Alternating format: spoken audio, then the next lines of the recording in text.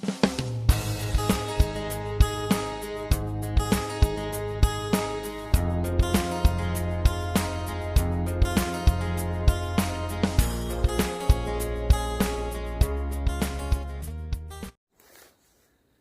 morning.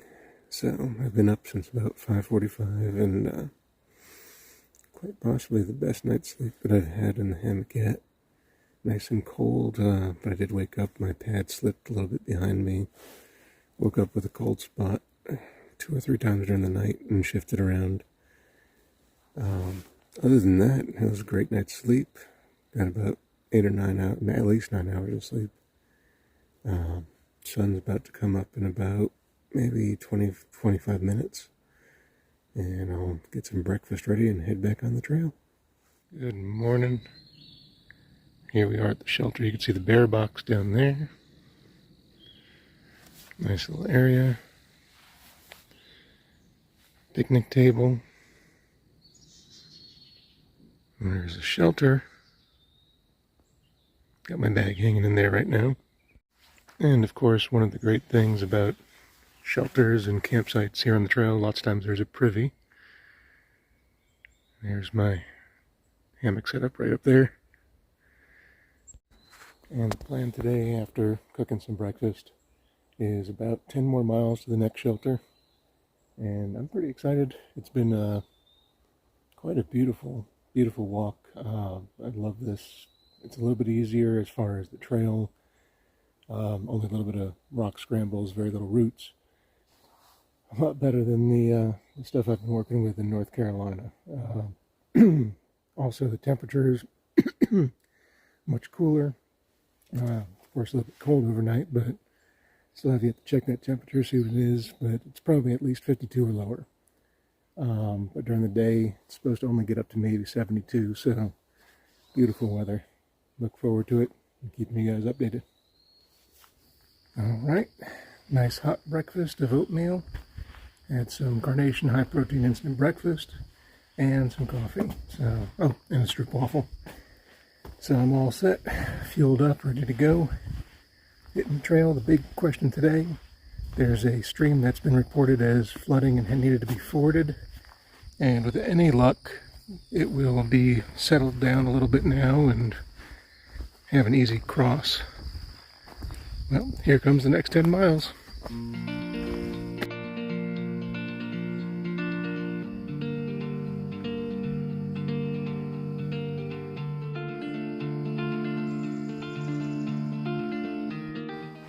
Ooh, this one's going to be a fun one. Kind of, I guess, turn sideways here, slide through. I don't know. Try to get a little better look. Oh, that's going to be a nice one. Well, I'll see you all on the other side. We'll see what it looks like from there. Well, that was definitely a tight squeeze. It's hard to tell with the sun right there, but yeah, I almost had to take the pack off. Climb down backwards almost. No room to turn around.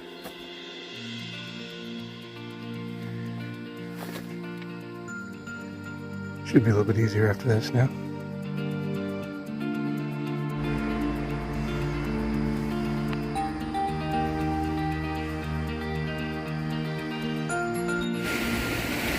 So this was a section that I was worried about with the flooding. Looks like water levels are still pretty high, but the good news is they've dropped down enough that the bridges are able to be crossed again and the stones are exposed on the little side channel there. I don't know if there's normally this raging waterfall going. It's pretty nice right now.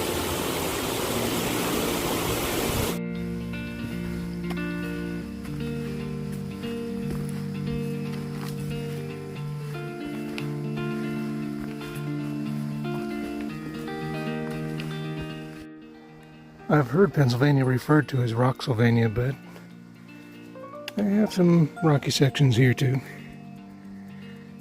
I'm guessing it's just a whole lot more there.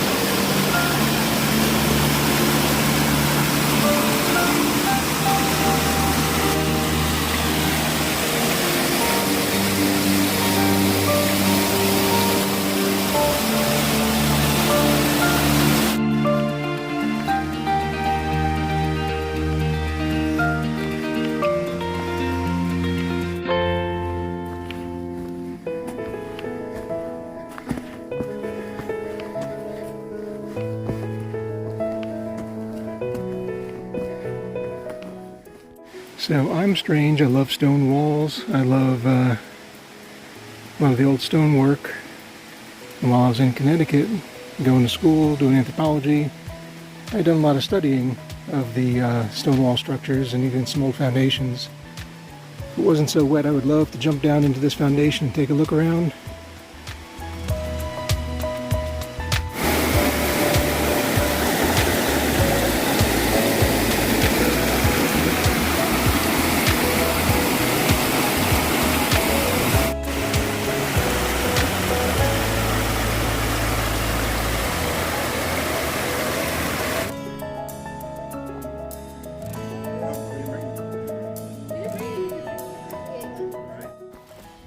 So a little update now that there are less people around. Found a nice roaring brook, made a little stop there at an established campsite. I had some lunch. There was actually a tenter there who was just packing up his tent even though it was noon. I guess he's a bit of a late riser, maybe didn't have a lot of mileage to go today. And funny thing is, he was a doppelganger. Had the man bun, had the full beard. Same body style as me and everything. Kind of like I was looking at myself if I was a ground dweller. After that, headed back out. As I was heading out, a large group of people came in, younger people. I think they were just probably out for a day or two. And then I stopped up to check out some of the first views I've really seen out here. I would have done a recording there, but there were a number of people out there also. So I wasn't going to disturb them or get them on there. And now I'm back on the trail. I'm hearing that one of these rivers up here is a little bit overflowing, and that somebody said it was not fordable. Another group said that they were able to get through. So we'll see when we get there.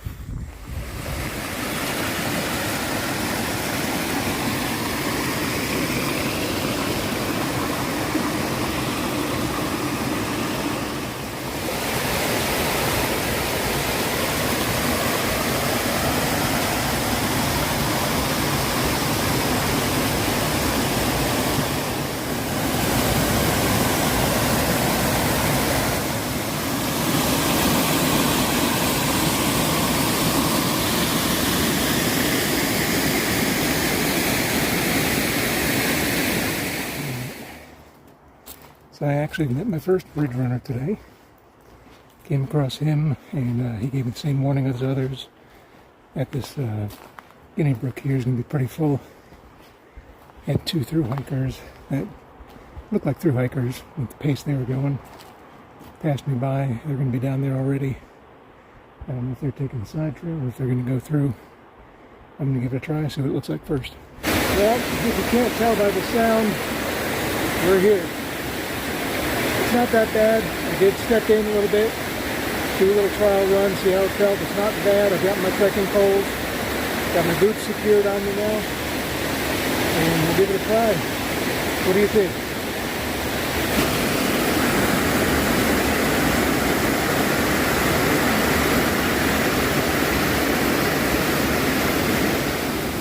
Well, here's the view from the other side. We made it. It wasn't as bad as some people were making it out to be. The water's rushing, but it's really not high, maybe not much more than knee deep. And it really felt good. It's nice and cold, so I can't complain. That was actually pretty pleasant. I'm going to go up these stairs a little ways, Change back into my boots. Boots are back on, ready to keep on moving. Man, that was nice and cold. That felt so good.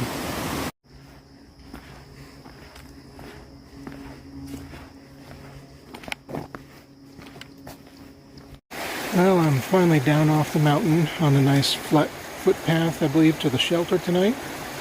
And it runs alongside the Housatonic, which, yeah, it's still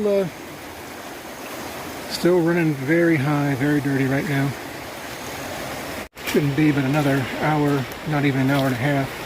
I should be reaching the next shelter.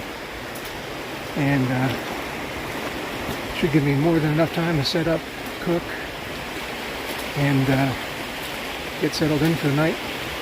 Trying to look ahead, this water is really high. I don't know if this is on the path or not. I'll show you as I walk past it.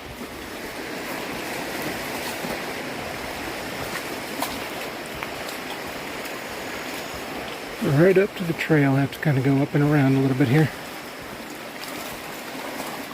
There's one overflowing river.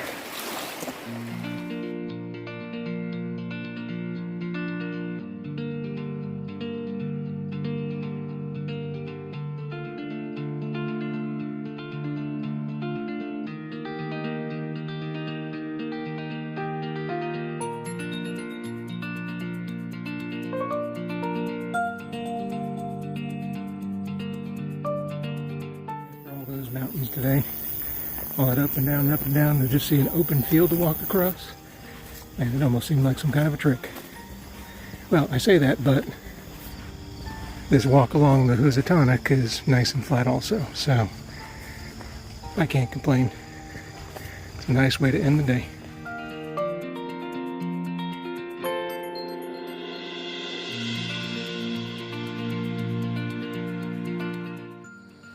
So, I didn't record anything last night from camp.